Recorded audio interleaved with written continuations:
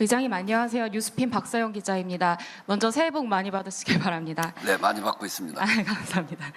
의장님께서 어저께 이재명 대통령의 양도세 중과 유예 종료 정책에 대해서 좀 옳은 결정이다라는 메시지를 좀 내셨는데요.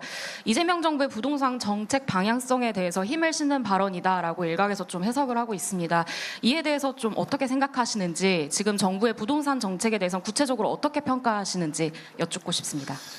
부동산 정책을 아주 중요한 정책으로 했던 게 지난번 문재인 정부죠. 문재인 정부 첫 해 제가 아까 말씀드린 대로 첫 해 원내대표를 했는데, 그때 초기 발표할 때 제가 원내대표로서 뭐라고 얘기했냐면 빚내서 집 사는 건 이제 끝이다 이렇게 얘기했습니다. 근데 틀렸죠. 그 이후에 그렇게 되질 못했습니다. 사실 그때는 보면 부동산 대책에 대한 컨트롤 타워가 좀 취약했다. 그리고 공급 대책이나 현실성에 있어서도 결국은 시장의 요구가 제대로 반영되지 못했다 이렇게 보고요. 그리고 한편으로는 임대 사업자를 양성화하면서 다른 길을 열어놨고, 결국은 LH 사태를 거치면서 부동산 정책이 국민의 신뢰를 다 잃게 됐습니다.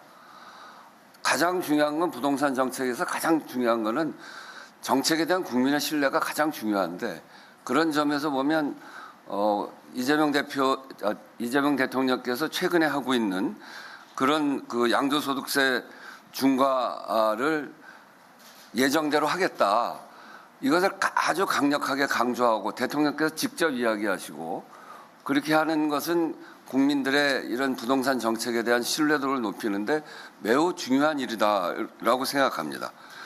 소득이 줄어서 부동산 투기로 해서 소득이 줄어서 흘리는 눈물, 그러니까 다주택자들의 눈물보다는 주택이 없어서 정말 힘들어하는 청년과 서민층의 눈물이 훨씬 더 진한 눈물입니다. 그런 점에서 보면 이런 그 주택 정책을 이렇게 신뢰성 있게, 그리고 이 서민들의 이 주거 안정을 위해서 아주 확고하게 나가는 정책에 대해서는 저는 적극적으로 지지하고요.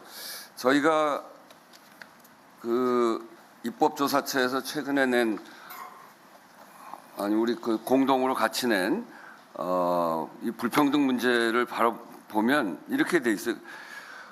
2018년 이후 소득 불평등 수준에 대해서 자산 불평등이 누적적으로 심화되고 있음을 확인한다. 주요 원인은 가구 총 자산의 70.5%를 차지하는 부동산 보유 여부, 특히 지역에 따른 자산 가치 상승의 그 격차가 있다 이렇게 얘기하고, 우리나라 국민의 81.5%가 경제 소득 불평등에 대해서 아주 심각한 문제다 이렇게 얘기를 하고 있는데, 그 중에서 76.7%는 실제로 자산 불평등이 매우 심각하다 이렇게 생각하고 있고, 이것은 OECD 회원국 중에서 최고입니다. 그 중에서 주거 취약성은 세대별 특성이 아주 뚜렷해서 청년층과 고령층에 이게 아주 심각한데, 이 문제를 우리가 해결하지 않고서는 한 발도 나아갈 수가 없습니다.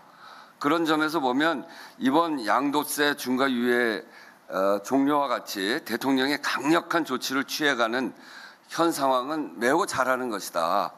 이 정책에 대한 신뢰도를 높이는 것이라고 보고, 이번 조치로 해서 망국적 부동산 투기 문제를 해결하고 더 나아가서 근본적으로 경제적 불평등과 이 자산 격차 문제를 해결하는 그 출발점이 되기를 저는 크게 기대하고 있습니다.